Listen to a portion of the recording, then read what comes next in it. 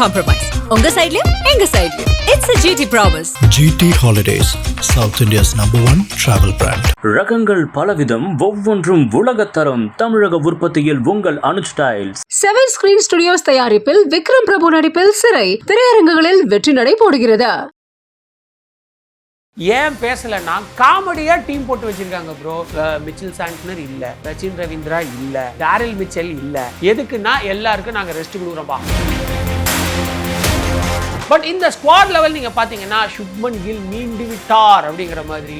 சுப்மன் கில் மறுபடியும் கேப்டனா உள்ள வந்திருக்காரு. இதுல உங்களை பல பேருக்கு கோவம் இருக்கன்னு எனக்கு தெரியும். அழகா கேஎல் ராகுல் சூப்பரா கேப்டன்சி பண்ணாரு, அவரும் ஸ்குவாட்ல இருக்காரு. ஸ்ரேயாஸ் ஐயரை ஓடிஐக்கு ஃபோக்கஸ் பண்றாங்க கேப்டனாகவே அப்படின்னு நான் சொன்னேன். ரோஹித் சர்மாக்கு அடுத்து அவரை கேப்டனாகவே ஃபோக்கஸ் பண்றாங்கன்னு நான் சொன்னேன். ஏன்னா ஓப்பனிங் எப்படி இருந்தாலும் சுப்மன் கில்லும் ரோஹித் சர்மாவும் தான் பண்ண போறாங்க. நல்ல ஒரு ஓப்பனிங் பேரா தான் இருக்கும். பட் லெஃப்ட் ஹேண்டர் இல்ல அப்படிங்கிறது ஒரு சின்ன வருத்தம். ஏன்னா லெஃப்ட் ஹேண்டர் வந்து ஜடேஜா வரைக்கும் நீங்க கீழே இறங்கி வர வேண்டியதா இருக்கு. ஜெய்ஷ்வால் ஸ்குவாட்ல இருக்காரு, பட் பிளேயிங் லெவல்ல வரது கஷ்டம். மரண ஃபார்ம்ல இருக்காங்க விராட் கோலியும் ரோஹித் சர்மாவும். ஸோ ஒண்டர்ஃபுல்லா இருக்க போது அந்த ஃபர்ஸ்ட் 3 பொசிஷன்ஸ். அப்புறமா வந்து பாத்தீங்கன்னா ஹர்திக் பாண்டியா ஸ்குவாடில் இல்லை. இது கரெக்டான கால். அதுக்கப்புறமா பும்ரா ஸ்குவாடில் இல்லை. அதற்கு பதிலாக சிராஜும் பிரசித் கிருஷ்ணாவும் இருக்கிறார்கள். ஹர்திக் பாண்டியாக்கு ஓய்வு கொடுத்தது சரியான ஒரு விஷயம். ஏன்னா இந்த T20 வேர்ல்டு கப்ல அவரு கண்டிப்பா நமக்கு தேவை. என்ன ஃபார்ம்ல இருந்தாரு அப்படிங்கறத நீங்க பாத்தீங்க. அவர் விளையாடின T20 மேட்சஸ்ல வந்த ஃபர்ஸ்ட் பால் கிட்டத்தட்ட 6 மாசம் பிரேக் அப்புறம் வந்த ஃபர்ஸ்ட் பால் விட்டாரு 6 பலார்னு. என்ன ஹிட், என்ன அடி. ஆதித்யா அசோக் அப்படின்னு ஒரு பையன் இந்தியன் டீம் இல்லங்க, நியூசிலாந்து டீமுக்கு விளையாடுறப்பல ஒரு சின்ன பையன். நான் கூட ஆரம்பத்தில் அவரை ஸ்குவாட்ல பார்த்ததுக்கு அப்புறம் வாய்ப்பு கிடைக்காதுன்னு நினைச்சேன். 23 வயசு சின்ன பையன். ஏன் இவ்வளவு எக்ஸைட்டடா சொல்றேன்னா நம்ம வெள்ளூர்கார பையன். வணக்கம் கலாட்டா வாய்ஸ் நேயர்களே.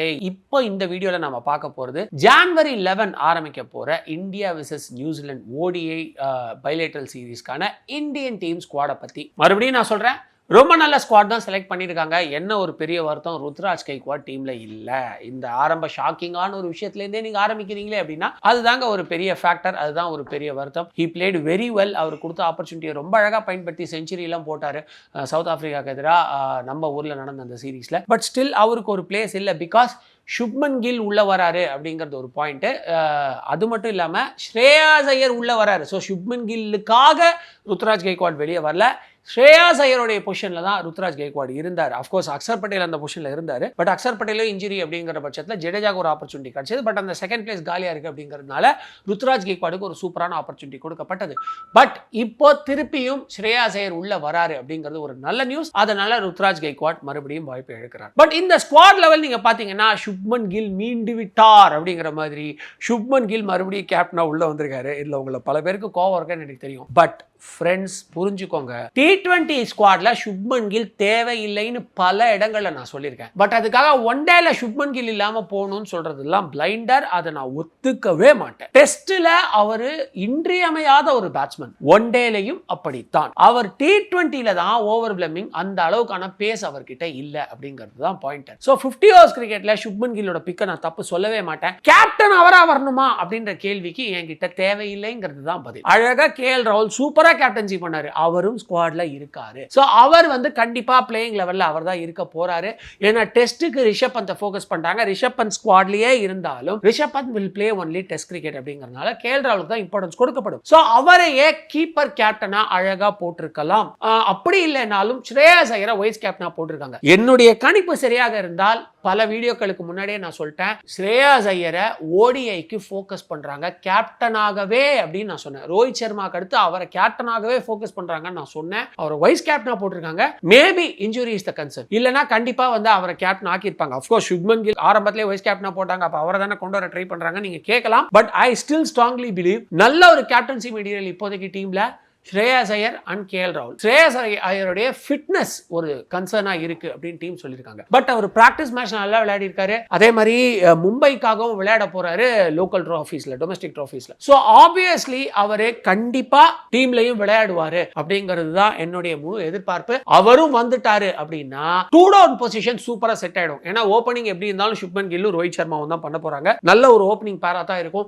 பட் லெஃப்ட் ஹேண்டர் இல்ல அப்படிங்கிறது ஒரு சின்ன வருத்தம். ஏன்னா லெஃப்ட் ஹேண்டர் வந்து ஜடேஜா வரைக்கும் நீங்க கீழே இறங்கி வர வேண்டியதா இருக்கு. But still opening Shubman Gill இருக்க போறாரு, ரோஹித் சர்மாவும் இருக்க போறாங்க. இதுதான் நோன் பேர். ஜெய்ஷ்வால் ஸ்குவாட்ல இருக்காரு, பட் பிளேயிங் லெவல்ல வரது கஷ்டம். அடுத்து வந்து ஒன் டவுன் நீங்க நான் எல்லாரும் விரும்பக்கூடிய விராட் கோலி மரண ஃபார்ம்ல இருக்காங்க. விராட் கோலியும் ரோஹித் சர்மாவும் சோ வண்டர்ஃபுல்லா இருக்க போது அந்த ஃபர்ஸ்ட் 3 பொசிஷன்ஸ்.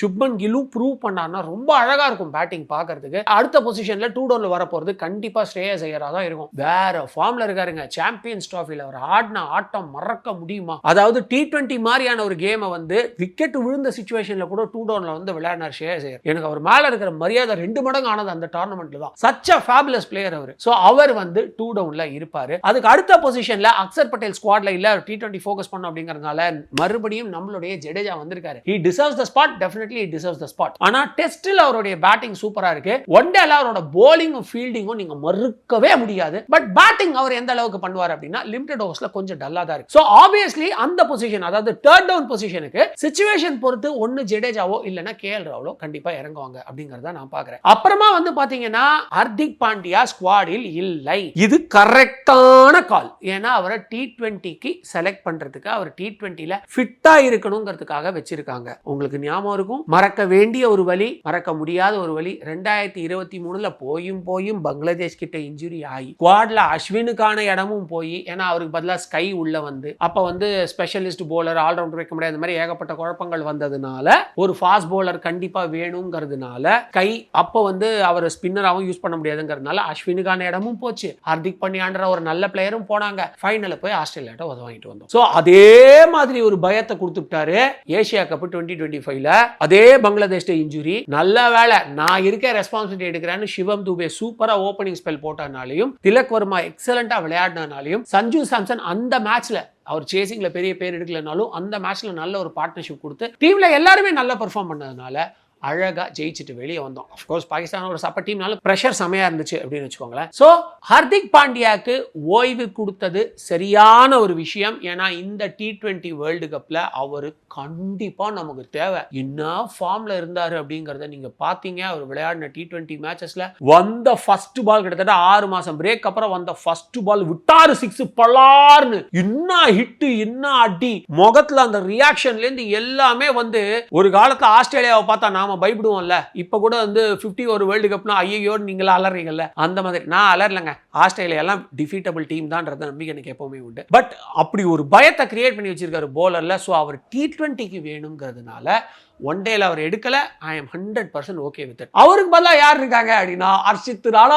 அவர் வந்து ஒரு ஃபாஸ்ட் பாலிங் ஆல்ரவுண்டர். நிதிஷ்குமார் ரெட்டியை ஸ்குவாட்ல வச்சிருக்காங்க. பட் அவர் பிளேயிங் லெவல்ல இருப்பாராங்கிறது எனக்கு டவுட் தான். சோ அடுத்த பொசிஷன், அதாவது ஜடேஜா அண்ட் கேஎல் ராகுலுக்கு அடுத்த பொசிஷன்ல என்னுடைய கணிப்பு சரியாக இருந்தால் வாஷிங்டன் சுந்தரை வச்சு இன்னொரு ஸ்பின்னரா யூஸ் பண்ணிக்கணும்னு நினைப்பாங்க. ஏன்னா குல்தீப் யாதவ் கண்டிப்பா பிளேயிங் லெவல்ல இருப்பாரு, அவரை காம்ப்ரமைஸ் பண்ண மாட்டாங்க. ஜடேஜாவும் பிளேயிங் லெவல்ல இருப்பாரு. சோ அப்படி இருக்கும்போது வாஷிங்டன் சுந்தருக்கு இங்க ஒரு சான்ஸ் கிடைக்க வாய்ப்பு இருக்கு. அடுத்து வந்து பாத்தீங்கன்னா Rishabh Pant, I don't think he will be in the team. Already சொன்ன மாதிரி கேஎல் ராகுல் ஆல்ரெடி கீப்பிங் பண்ண போறாரு அப்படிங்கறதுனால. சோ அடுத்து 3 ஃபாஸ்ட் bowlers அந்த இடத்துல வருவாங்க. ஒன்னு நான் சொன்ன மாதிரி ஹர்ஷித் ராணா டெஃபினட்டா இருப்பாரு, ஹர்ஷதீப் சிங் டெஃபினட்டா இருப்பாரு. அதுக்கு அப்புறமா பும்ரா ஸ்குவாடில் இல்லை. அதற்கு பதிலாக சிராஜும் பிரசித் கிருஷ்ணாவும் இருக்கிறார்கள்.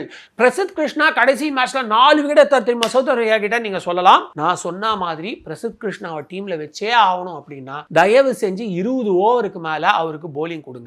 அதுக்கு முன்னாடியே ஸ்பின்னர்ஸ் எல்லாம் வச்சு விக்கெட் எடுத்துருங்க அப்படின்னு நான் சொன்னேன். எக்ஸாக்டா அதை தான் செஞ்சாங்க. ஆரம்பத்துல ஒரு ஸ்பெல் 12வது ஓவர் கொடுத்தாங்க, செவ்வுள்ளே அடிச்சாங்க. ஆனா அதுக்கப்புறமா அவர் உள்ள வந்து 28-26 ஓவருக்கு மேலதான் போட வந்தாரு. செகண்ட் ஸ்பெல்ல அங்கதான் 4 விக்கெட் எடுத்தாரு. சோ அவர் வந்து கண்டிப்பா லேட்டா தான் உள்ள வரணும். என்ன பொறுத்த வரைக்கும் லிமிடெட் ஓவர்ஸ்க்கு is not a great choice. So அவருக்கு பதிலா சிராஜ போலர்ஸ்க்கான லீடர் சிராஜ், ஹர்ஷதீப் சிங், ஹர்ஷித் ராணா இருந்தா நல்லா இருக்கும்ன்றது என்னுடைய கணிப்பு. we will see. ஒருவேளை நிதிஷ்குமாருக்கு அது பிச்சு பொறுத்து கொடுப்பாங்க. நிதிஷ்குமாருக்கு கொடுக்க போறாங்களா ஒரு ஆப்பர்ச்சுனிட்டி, எக்ஸ்ட்ரா ஒரு போலரா ஃபாஸ்ட் போலரா. சோ எக்ஸ்ட்ரா வரப்போற ஆல்ரவுண்டர் வந்து ஃபாஸ்ட் பவுலரா இல்ல ஸ்பின்னரா அப்படிங்கறத நாம அந்த பிட்ச் கண்டிஷன்ஸ் பொறுத்து பார்க்க போறோம். பட் என்னுடைய கணிப்பு சரியாக இருந்தால் ஜடேஜா அண்ட் குல்தீப் வந்து கண்டிப்பா பிளேயிங் லெவல்ல இருப்பாங்க. சோ நல்ல ஒரு team. Kuldeep will take care of wrist spin, Jadeja will take care of left arm spin. So ரொம்ப நல்லா இருக்க போகுது டீம். அண்ட் 3 ஃபாஸ்ட் பவுலர்ஸ்ல பிரசித் கிருஷ்ணாவை அவாய்ட் பண்ணி மீதி 3 பேரை யூஸ் பண்ணா நல்லா இருக்கும்ங்கிறது என்னுடைய கணிப்பு. பட் ஒரு சில பிச்சர்ஸ்ல நல்ல பவுன்சி ஸ்ட்ராக்ல கொஞ்சம் ஸ்லோவர் டெலிவரியோ இல்லைன்னா அவர் யாக்கரும் போட முடியும் பிரசித் கிருஷ்ணா. ஸ்கில்லு கொண்டும் குறைச்சல் இல்லைங்க. பட் precision, அதாவது துல்லியம் அவர்கிட்ட இருக்கானா ரொம்ப ரொம்ப ரேரா இருக்கு. ஓல்டு பால்ல நல்லா போடுறாரு, நியூ பால்ல சொதப்புறாரு. சோ பிரசித் கிருஷ்ணாக்கு பதிலா சிராஜ டீம்ல வச்சுட்டு ஹர்ஷித் ராணா ஹர்ஷித் எடுத்துட்டு போலான்றது என்னுடைய ஐடியா. பட் எப்படி ஸ்குவாட் செலக்ட் பண்றாங்கன்றத நாம் பார்க்கணும். என்னுடைய கணிப்பு இந்த பைலேட்டரல் சீரிஸ் நியூசிலாந்துக்கு எதிராக ஒன் டே விளையாட போறோம். ஜனவரி 11 ஆரம்பிக்குது. கண்டிப்பா இந்த சீரிஸும் இந்தியா ஜெயிப்பாங்க. சரி, இந்தியன் டீமை பத்தி மட்டுமே பேசுறீங்களே சார், பைலேட்டரல் சீரிஸ் சார், நியூசிலாண்டை பத்தி பேசுங்க அப்படின்னு நீங்க சொல்றது எனக்கு கேக்குது. ஏன் பேசலன்னா காமெடியா டீம் போட்டு வச்சிருக்காங்க ப்ரோ. மிச்சல் சாண்ட்னர் இல்ல, ரச்சின் ரவீந்திரா இல்ல, டாரில் மிச்சல் இல்ல. எதுக்குன்னா எல்லாருக்கும் நாங்க ரெஸ்ட் கொடுக்குறோம்பா, T20 வேர்ல்டு கப் தான்ப்பா எங்களுக்கு ஃபோக்கஸ் அப்படின்னு சொல்லிட்டு இதே டீம், அதாவது நான் சொன்ன பிளேயர்ஸ் எல்லாருமே வந்து பாத்தீங்கன்னா T20ல இருக்காங்க, T20 பைலேட்டரல் சீரிஸ்ல இருக்காங்க, T20 வேர்ல்ட் கப்ல இருக்காங்க. வேறஸ் ODI ஸ்குவாட்ல இல்ல.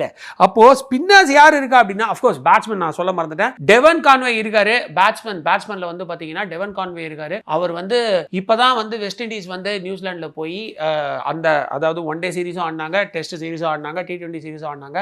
லிமிடெட் ஓவர்ஸ் ரெண்டுத்தையுமே நியூசிலாந்து செமையா ஜெயிச்சாங்க. சோ அதுல டெவன் கான்வேயோட ரோல் ரொம்பவே நல்லா இருந்துச்சு. சோ நீங்க முன்னாடி இந்த டெவன் கான்வே நம்ம ஐபிஎல் விளையாடினாரு அந்த மாதிரி நினைக்காதீங்க. டெவன் கான்வே, ரச்சின் ரவீந்திரா ரொம்ப நல்லா விளையாடி இருந்தாங்க. So Rachin Ravindra is been rested. Devon Conway பேட்ஸ்மேன்ல இருக்காரு. ஆனா இவரும் இல்ல, ஸ்பின்னிங் ஆல்ரவுண்டரா கேப்டனாவே ஓடிஐக்கு இருந்த மிச்சல் சாண்ட்னரும் இல்ல, டாரில் மிச்சரும் இல்ல. ஆனா ஒரு பியூட்டிஃபுல்லான விஷயம் என்ன அப்படின்னா ஆதித்யா அசோக் அப்படின்னு நம்ம அண்ணாமலை படத்துல வந்து நம்ம ரஜினி சார் சொல்ற மாதிரி ஆதித்யா அசோக் அப்படின்னு ஒரு பையன் இந்தியன் டீமுக்கு விளையாடலங்க, நியூசிலாந்து டீமுக்கு விளையாடுறப்பல ஒரு சின்ன பையன்.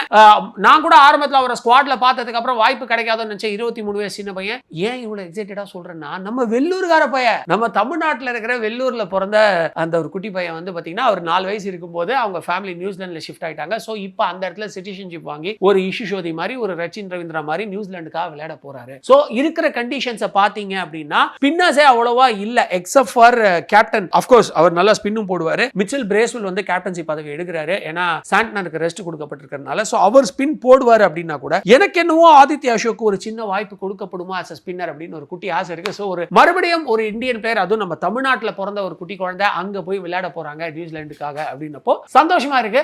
சோ இந்த சீரிஸ் கண்டிப்பா வந்து இந்தியன் சைடா ஒன் சைடடா இருக்கும் அப்படின்றது என்னுடைய பாயிண்ட் ஆஃப் வியூ. நான் சீரிஸ் ஜெயிக்கும் சொன்னல, நான் சீரிஸ் ஜெயிக்கும் சொல்லும்போது ஒரு மரியாதைக்காக அப்படி சொன்னேன். ஏன்னா நியூசிலாந்து பிளேயர்ஸ் நம்ம இன்னைக்குமே கணிக்க முடியாது. பட் கண்டிப்பா இந்த சீரிஸ் 3-0 ஜெயிக்கும் அப்படின்னு ஒரு நம்பிக்கை எனக்கு இருக்கு. Let us see. No compromise. உங்க சைடுலயும் எங்க சைடுலயும். It's a GT promise. GT Holidays, South India's #1 travel brand. ரகங்கள் பலவிதம், ஒவ்வொன்றும் உலகத்தரம். தமிழக உற்பத்தியில் உங்கள் அனுஜ் ஸ்டைல்ஸ். 7 ஸ்கிரீன் ஸ்டுடியோஸ் தயாரிப்பில் விக்ரம் பிரபு நடிப்பில் சிறை திரையரங்குகளில் வெற்றி நடை போடுகிறது.